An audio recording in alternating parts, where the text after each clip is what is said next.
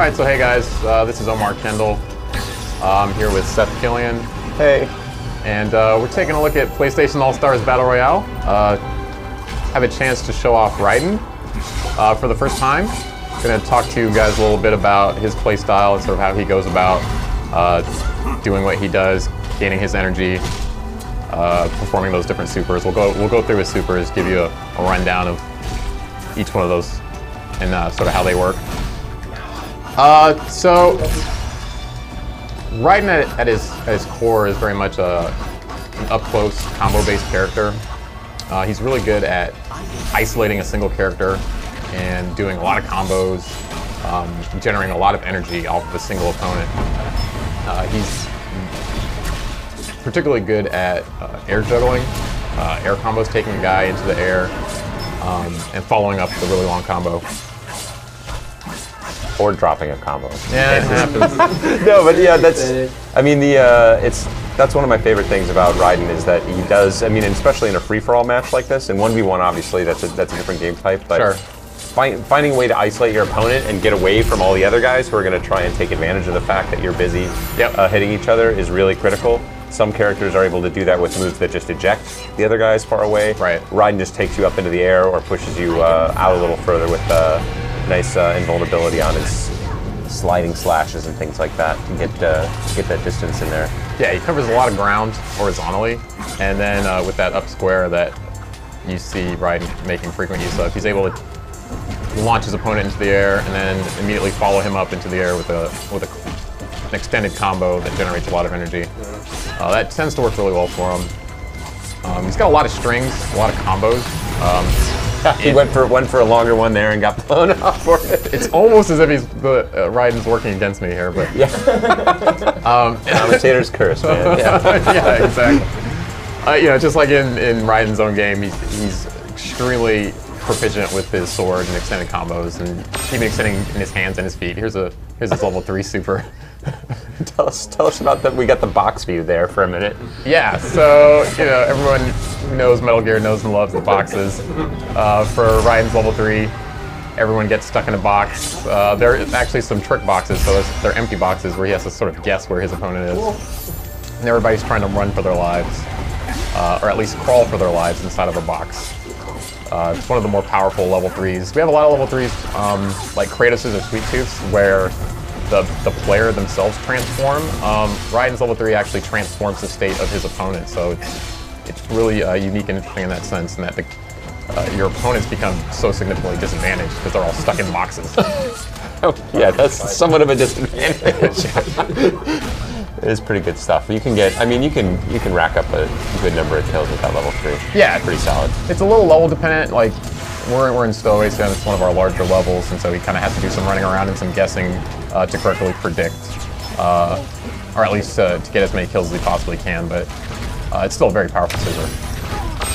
Whoa! We see a counter level 3. These guys are playing serious business right now. Sackboy, of course, puts everybody into bubbles and reveals all sorts of items, AP, as well as if he manages to pop the bubble you're in. Yeah. Gets a kill, yeah. The prize bubble super is really interesting because it actually makes his level 3 super a little bit cheaper because he has all those prize bubbles filled with AP, and if he can pop those and collect the AP, it significantly reduces the cost of his level 3 super. As well as basically having his choice of item when he comes out of it, ready to light you up again. Another interesting level 3. The general approach behind Raiden's moveset, we tried to copy sort of his button layout from Metal Gear Rising. So his square button is kind of like his quick sword slash button, and then his triangle button is sort of his heavy attacks. And you'll see him switch to a lot of the sort of sword on foot attacks. Those represent the more heavy attacks in Metal Gear Rising. And he has a number of chains that transition between the square and the triangle buttons. So we usually say like each character has about 24 moves, but if you count all of the different branching chains that Raiden has on his combos, he has significantly more than 24, probably closer to 3 or 4 dozen. His circle button has some general utility on it. He's got a parry, which is always super useful.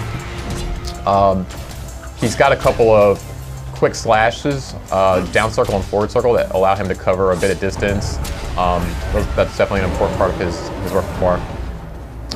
And that really does represent the core sort of combat loop of Raiden. It's a lot of strings, a lot of moves that allow him to transition quickly to an opponent, and then sort of a long combo to take advantage, again, of isolating that opponent after you make contact.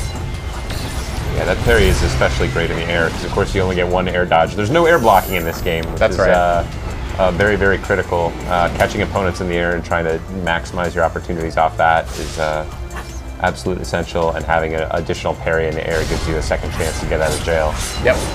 Basically a second chance at the guessing game of being caught in the air versus some dangerous opponents. Yeah, a character like Raiden, who is so offensively oriented and doesn't have a lot of built-in like additional defensive mechanics, can really take advantage of that parry, because he is a character who goes all in and will find himself sort of in the center of we call it the combat ball. He'll find himself in the middle of action a lot, and having that quick parry on hand is definitely beneficial for him.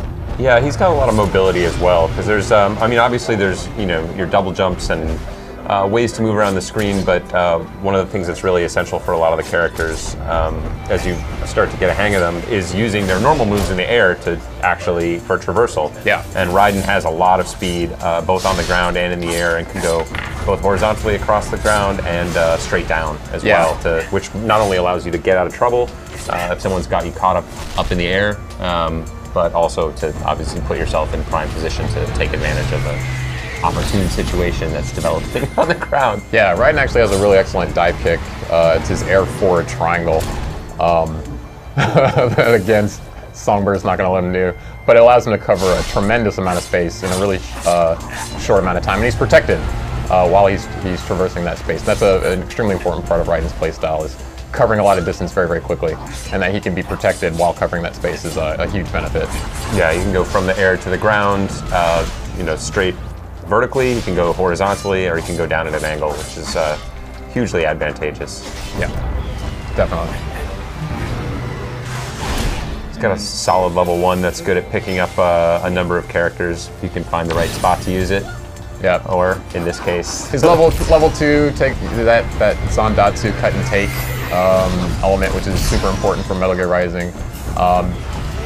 We replicated that as closely as we were allowed, and so that has the right stick functionality straight from Metal Gear Rising. You're able to slice and cut and take in the same way that you will in Metal Gear. So that's really fun. His level 1 is a really cool like handstand spin attack. It has a tremendous range. It can hit in front of him and behind him. It's one of the few supers that does have that functionality. So because Raiden so often finds himself in the center of the action, having a super that allows him to attack on both sides is super useful for him. So yeah, that was a look at Raiden, our new announce for PAX. We're really excited about him. PlayStation All-Stars Battle Royale will be available on November 20th, so look for that. Thanks a lot.